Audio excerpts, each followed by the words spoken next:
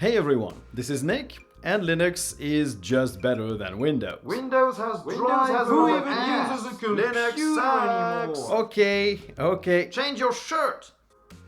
Fine, yeah, this one might be true, but you do know I own multiple white shirts, right? It's not always the same one that I wear. So, Linux is better than Windows for a ton of stuff. It doesn't mean that Linux is perfect, it doesn't mean that Windows does nothing right, but yeah, Linux has the edge in these 7 areas. Just like today's sponsor has the edge if you want to extend the lifetime of your Python applications. Thanks to TuxCare for sponsoring this video. If you've ever worked on a project using Python, you know how frustrating it is to discover that the version you're using is going end of life, and you're gonna have to speed through and hurry up to refactor and rewrite a bunch of code. Well, TuxCare can now help you plan that transition thanks to their Python extended lifecycle support. With that new service, you can keep your existing codebase and still receive security updates and patches to Python, even if that version is no longer officially supported. This means that if your codebase is still working for you, you can still have it meet your security requirements, and you can plan the transition to the new version of Python with a bit more peace of mind. So you can learn more about TuxCare's Python extended lifecycle support by clicking on the link in the description below. So the first area is software management. Yes, we have tons of packaging formats, but any single one of them is better than the alternative on Windows. Sure, you might have to add FlatHub support or Snap support, but once that's done, all your apps and packages are available in one single software store. You can install anything in one click and update the system and the apps in the same place. It's just miles ahead of the older Windows way of doing things. Search online for the official website of the app, then download an exe, then click next 10 times while dodging the potential spyware or bloatware it wants to install. It's nightmare fuel. And sure, Windows has a store now and it's getting better, but it still doesn't have everything. And yes, Chocolatey and Winget exist, but let's be honest, how many Windows users know about them and how many use them? Let's be real, most Windows users still hunt online for exes, and that's a horrible way of installing software. Imagine having to update each app from its own GUI instead of having a central update place. Imagine having to avoid malicious installers distributed by websites that often rank higher in search results than the official one. Imagine being forced to update your system instead of picking when to do it. That's Windows, folks. Linux is just better in that regard. Windows is getting closer, but it's not there yet at all. The second area is monetary cost. Linux, in 99% of cases, is free of charge. You don't have to spend a dime to install a Linux distro.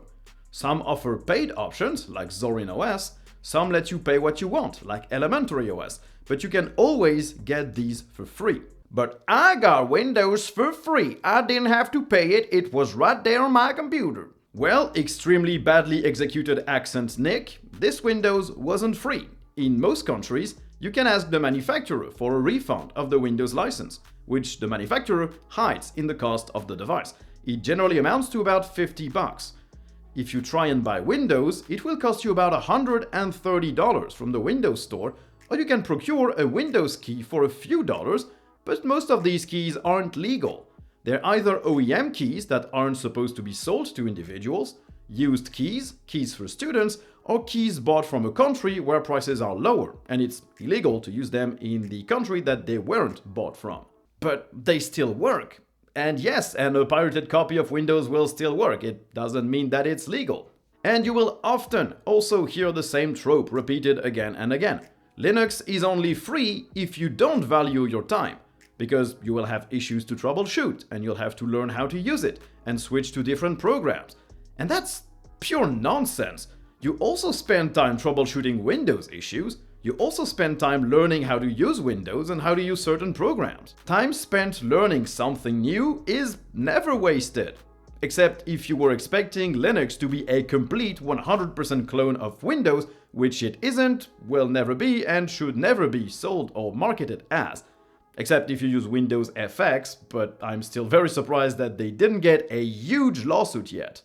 Okay, another big win for Linux is its open source and free software nature. Why should you care? Well, apart from the general philosophy behind it, it brings a ton of advantages.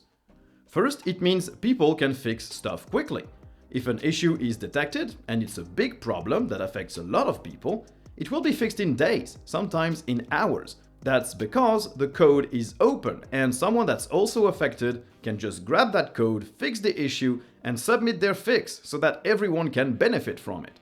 You don't have to wait for the company to acknowledge there's an issue, prioritize it in their dev teams, fix it, then release it to everyone. And this also means that if you know how to code, you can also try and fix the issue yourself if no one else seems interested. Try doing that to fix all those Adobe Premiere crash or that bug in Microsoft Office that drives you crazy.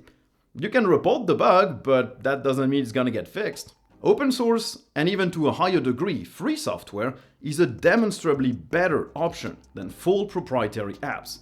Look at Elden Ring as an example, a game not meant to run on Linux at all, and that shipped with huge stutters linked to how it handled shaders.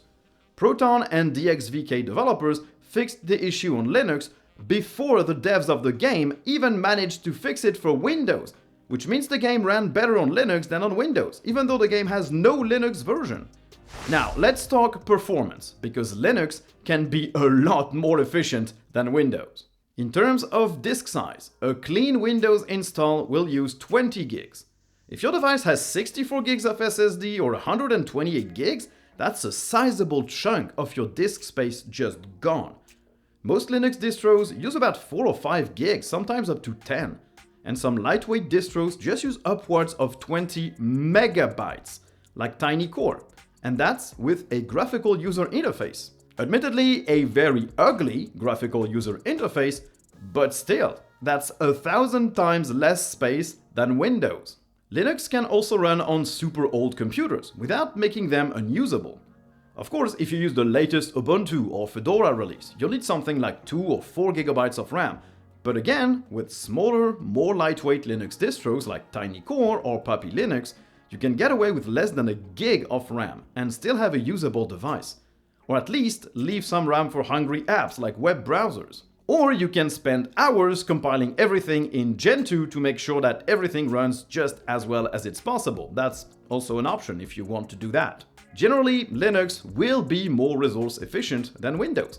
And even if most popular distros have the same resource footprint as Windows, you do have easy options to install something more lightweight, instead of trying to find a barely legal, insecure, debloated Windows ISO. Linux is also vastly more configurable and offers a ton more options than Windows. Why is choice important? Because we all use our computers to do different things, and having a one-size-fits-all desktop will never serve everyone perfectly. You end up with something that kinda works for everyone, but is perfect for no one. On Linux, you can choose from an enormous number of distributions and desktop environments and tools to make sure that your experience is the one that works the best for you. And sure, this also creates issues, especially for beginners who don't know which Linux distribution to get, but that's only because they are not used to have to pick an operating system. Imagine being confused by the number of phones available or the number of cars available. People are used to that, it's no different on Linux. Just pick one, use it, and if it doesn't work, pick another one. And all that choice isn't just surface deep. It's not just, I want a blue desktop or I want a green desktop. It impacts the options you have to customize your experience and how you will really use your computer. You just don't have that kind of choice on Windows. You get to choose between a few editions that artificially lock features out to get more money, but your experience will be the exact same, whatever the device. Unless you're willing to use third-party tools to modify how Windows works, you have a taskbar on the bottom, a light or dark mode, and an accent color, nothing else. That just cannot work for everyone. It's a compromise for everyone. And this is why some manufacturers like Valve or Ayaneo are not using Windows on their devices or are planning to phase out Windows in favor of Linux. Because Linux is a more modular system that can offer stuff that Windows was never designed to do. Linux is also a more private system. When you install Windows, you have to go through about 10 screens of configuration, most of which will ask you if you want to have your data collected, And most of them only letting you limit the data that is collected, not completely turn it off. Windows also requires a Microsoft account, or at least hides the option to not use one, so that 99% of people will create that account. None of that crap on Linux. The distros that have telemetry, and there's not many of them, have a simple one-click method to disable it right at setup, and if you don't disable it, all the data is completely anonymous. Linux distros don't sell ads or run ad servers, they have no use for that data. And most of them don't even have any telemetry at all. As per security, it's not an inherent advantage of Linux. But Linux is targeted far less than Windows by malicious actors. And before you say, that's not true, Linux servers get targeted all the time. Yes, Linux servers, not desktops. When hackers try and breach a Linux server, they generally target a package, a tool, or a library that is designed to run on servers. These packages are generally not installed on desktops. And even when they are, hackers want to have the biggest result possible for their efforts, so they are not going to attack a single desktop user. They're going to attack a server that hosts data from millions of users. And this is why, while Linux isn't necessarily more secure than Windows, it is noticeably safer to use a Linux desktop than a Windows desktop. If you get infected by a Trojan or some ransomware on Linux, you had to work really hard to get that thing on your system. Okay, last area where Linux is just better is the terminal. That's not something you need to use to have a working Linux desktop anymore, but it's a fantastic and extremely useful tool. Linux has always been designed to be fully usable using the command line, and the graphical desktop part was added after that. While Windows completely moved to a fully graphical interface earlier, and as such didn't really focus on the command line that much. And of course, Windows made progress on that front with PowerShell and their new terminal app. How much progress? Well, let's say they must have realized that Linux was indeed better, because their biggest advancement in command line has been to enable people to run Linux inside of Windows with WSL. Would they have needed to do that if Windows was a viable option for development, or if their command line tools were up to snuff? I don't think so. The Linux command line interface is just insanely powerful. Bash scripting is super easy and can automate tons of stuff for you. And there are tons of tools you can add to the default utilities to make the terminal even easier to use and more powerful. And on that note, I have a cool video about some awesome Linux terminal tools you can install to make your command line experience a lot better. Check it out in the card up top. So yeah, we still have other issues on Linux. Hardware support can still be finicky for some devices. Lack of third-party big-name apps is also an issue. Even gaming isn't as good yet, although it's still pretty freaking good, miles ahead of what macOS offers, for example. But we do have the edge in these 7 areas, undeniably. But if you want to see the other side of the coin, I have an older video where I showcased what Windows 11 does better than Linux and what we could learn about it. It's also going to be in a card up top. And if you want to get rid of those pesky hardware issues, there's also today's sponsor, Tuxedo. Tuxedo is a company based in Germany, and they sell laptops and desktops that run Linux out of the box. You can pick from a selection of popular distributions, or you can just install your own, knowing that everything will run perfectly out of the box because the hardware supports Linux. And if there are a few tweaks here and there needed to make things perfect, they have PPAs and repos you can add to the distro to make sure that everything is golden. They have a huge range of devices from the smallest Ultrabooks, NUCs, workstations, gaming laptops, gaming PCs, you name it, and they all have a plethora of configuration options for the CPU, the GPU, the memory, the storage, even adding your own logo on the lid of your laptop. Of course, they offer all keyboard layouts and they ship worldwide. So if you need a new device and you want to make sure that you support Linux development and that that device can run Linux perfectly, head over to the link in the description below and get yourself a Tuxedo device. They're really nice. So, thanks everyone for watching the video. I hope you enjoyed it. If you did, don't hesitate to like, to subscribe, to turn on notifications, to write a comment. And if you didn't, well, you can also dislike it and tell me why in the comments as well. And if you want to help support the channel, you can also join my Patreon subscribers or my YouTube members. Both get access to a weekly podcast every Monday, and at the end of the month, I ask you guys to vote on the next topics I'll cover on the channel. Or you can just donate one time by clicking the super thanks button or the PayPal link in the description. So thanks everyone for watching, and I guess you'll see me in the next one. Bye!